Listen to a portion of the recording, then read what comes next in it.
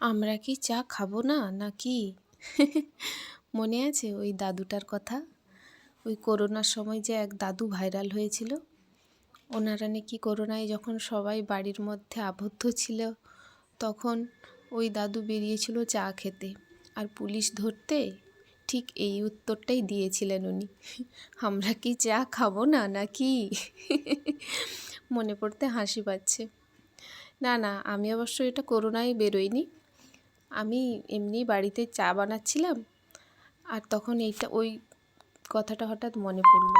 সকালের breakfast ready করছিলাম, ওই রেডি করতে করতে কথাগুলো মনে পড়লো বলেই বললাম আর কি। এমনিতে আমি চা খুব একটা খাই না, কিন্তু এই এখন ঠান্ডাটা চলছে তো, তার জন্যই একটু ভাবলাম খাই। আর আর ব্রেড বাটার যখন খাচ্ছি, চা একটু খাওয়াই যায়, তাই না? তার জন্যই নিয়ে বসছি।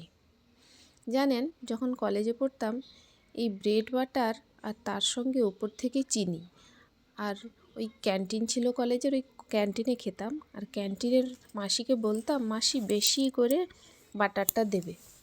আর সত্যি কথা, তখন দিতও মাসি, অনেকটা বেশি করে, বেশ পুরো করে বাটারটা লাগিয়ে দিত। এখন আর চা মানে বাটারের উপরে আর চিনিটা নেই না, কারণ এখন না, তখন ভালো লাগতো, এখন আর বেশি চিনি খেতে ভালো লাগে না। তার জন্য, আর চায়ে তো এমনিতে চিনি দেওয়াই আছে, তার জন্য ওই ব্রেড বাটারের ওপর আর চিনি দিলাম না, এমনিই নিলাম। কেমন লাগলো ব্রেকফাস্টটা জানাবেন।